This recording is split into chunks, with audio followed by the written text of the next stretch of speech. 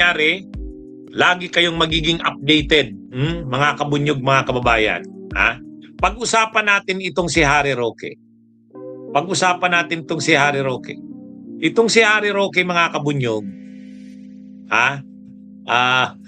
ano na, mayroong live si Harry Roque.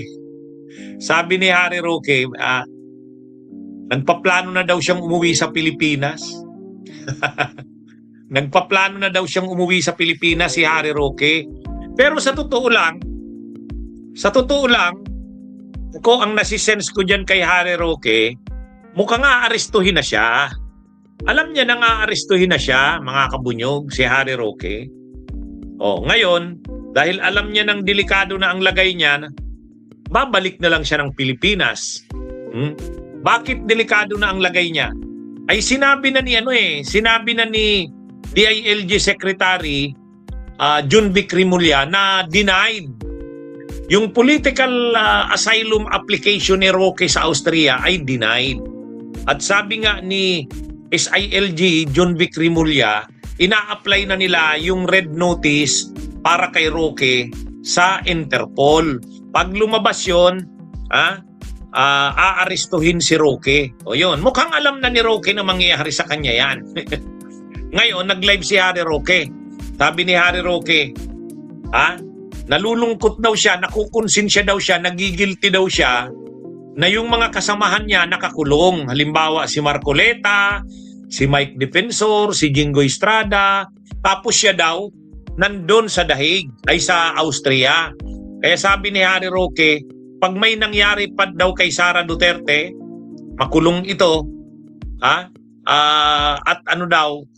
sila Loren Legarda daw, kung makulong yan, kumbaga siya daw, uuwi na ng Pilipinas, sasamahan niya na ang mga ito. Yun ang sabi ni Roque. Uuwi na lang daw siya sa Pilipinas, sasamahan niya na sila Sara, sila Cayetano, sila Loren Legarda, kasi nakukonsensya na daw siya. Bakit daw yung mga kasamahan niya nakakulong, tapos siya tumakas, nandun sa ibang bansa. Kaya dahil nakukonsensya na daw siya, babalik na lang daw siya kapag nakulong daw sila Loren, yung mga kasamahan niyang iba. Ang sabi ni Harry Roque, sasamahan niya na lang para ipakita daw na sama-sama na lang sila sa kulungan. Sabi ni Harry Roque. Pero sa totoo lang, malamang sinasabi niya ni Harry Roque na uuwi na lang siya kasi aarestuhin naman na talaga siya Aarestuhin naman talaga na siya Sinabi na yan ni Jun Vic Rimulya, denied ang kanyang political asylum application sa Austria. Ay siyempre, kung denied yung political asylum application niya, ang kasunod niyan, Interpol red notice.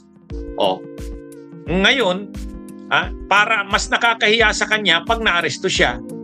So parang ang iniisip ni Roque, umuwi na lang siya. Parang lalabas pang bida siya. Ibig sabihin, umuwi siya, hindi dahil inaresto siya, kundi kusa siyang sumuko. Di parang ano pa siya, parang bida siya kasi hindi naman siya inaresto Umuwi na lang siya ng kusa. Pero sa totoo, kaya siya nagsasabi ng ganun, nasasamahan niya na lang daw yung mga kasamahan niya, sila Marcoleta. Sigurado dahil nakarating na sa kanya na aarestuhin siya. Lalo pat nalaman na disapprove ang kanyang political asylum application sa bansang Austria. Napanood ko yung interview kay Jun Vic Rimulya dyan Sabi niya, namin yan, hinihintay na lang namin. Kaya yan mga kabunyog, mga kababayan, antabayan natin. Pero si Harry Roque, na daw siya, babalik na daw ng Pilipinas. Ayan, di magsama-sama na sila. Parang reunion na yan ng buong Duterte. Ang mangyayari dyan, pag umuwi siya tapos sasamahan niya sila Marcoleta, Jinggoy, Defensor, makukulong din si Cayetano, makukulong si Loren, baka nga si Sara sumunod na rin, ay di reunion na yan. Nasa loob na halos ang mga pro-Duterte. Mauubos sila Eh, babalik na daw si Roque, sasamahan niya na lang daw. Ha? Okay. So mga kabunyog, mga kabayan, abangan natin ng development dito kay Bato kung ano ba talaga. Ha? Ha? Ano yan mga kabunyog? Abangan natin. Ano lagi kayo, mag-abang kayo dito sa aking mga page, YouTube channels at Facebook pages. Ha? Okay? Magandang araw sa inyong lahat.